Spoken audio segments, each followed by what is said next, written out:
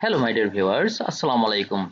In this tutorial, I am going to tell you a very interesting story, The Parrot's Tale of HSC English First Paper Textbook.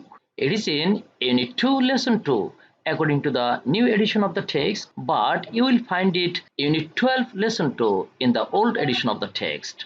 Okay, let's start. আমরা গত 4টি টিউটোরিয়ালে এই গল্পটির অধিকাংশটা পড়ে ফেলেছি, অর্থাৎ গত চতুর্থ টিউটোরিয়ালে আমরা ঠিক এই পর্যন্ত পড়েছিলাম, আর্নড হিম আ মেডেল এই পর্যন্ত। আমরা তাহলে আজকে শুরু করব এখান থেকে এবং শেষ করে দেব গল্পটি। দেখুন এখানে আমাদের গল্পটি শেষ।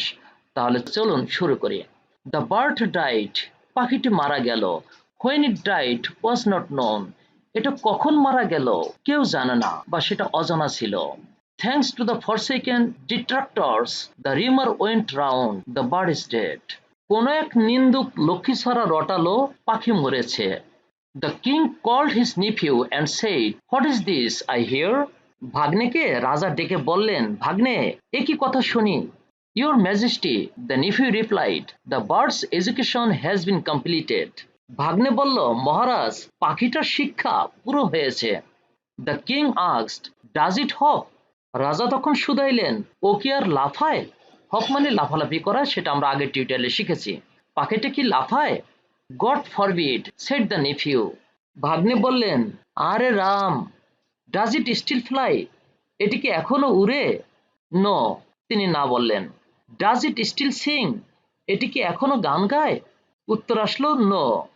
Does it screech if it is not fed, যদি এটাকে দানা পানি না দেওয়া হয় অর্থাৎ খানা না দেওয়া হয় তাহলে কি এটা চিৎকার করে। নো, উত্তর দিল না, এটা কোনো চিৎকার করে না। আমরা একটু সামনে এগিয়ে যাই। দেখুন, bring it to me so that I can see it, said the king.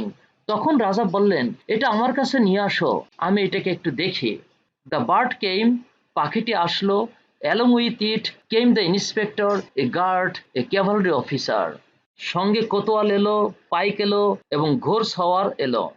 The king pressed the bird, it made no sound, not even a speak. রাজা পাখিটাকে টিপলেন, সে কোনো শব্দ করলো না, না কোনো কিসকিস আওয়াজ করলো। Only its stomach let out the rustling noise of dry pieces of paper.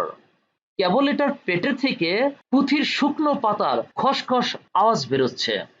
Outside, the green shoots of early spring sighed in the southerly breeze, filling the sky above the budding forest trees with wistful melancholy. বাইরে নব বসন্তের দক্ষিণা হাওয়ায় কিশলয়গুলো দীর্ঘ নিঃশ্বাসে মুখলিত বনের আকাশকে আকুল করে দিল। এটি ছিল আমাদের গল্পটি। আমরা এই গল্পটি শেষ করলাম। আমরা পরবর্তী টিউটোরিয়ালে সিভিক এনগেজমেন্ট নিয়ে আলোচনা করব। সে পর্যন্ত সবাই সুস্থ থাকবেন, ভালো থাকবেন। আল্লাহ হাফেজ। এভাবে পড়াশোনা সংক্রান্ত নিত্য নতুন টিউটোরিয়াল পেতে আমাদের সাথেই থাকুন। ধন্যবাদ সবাইকে।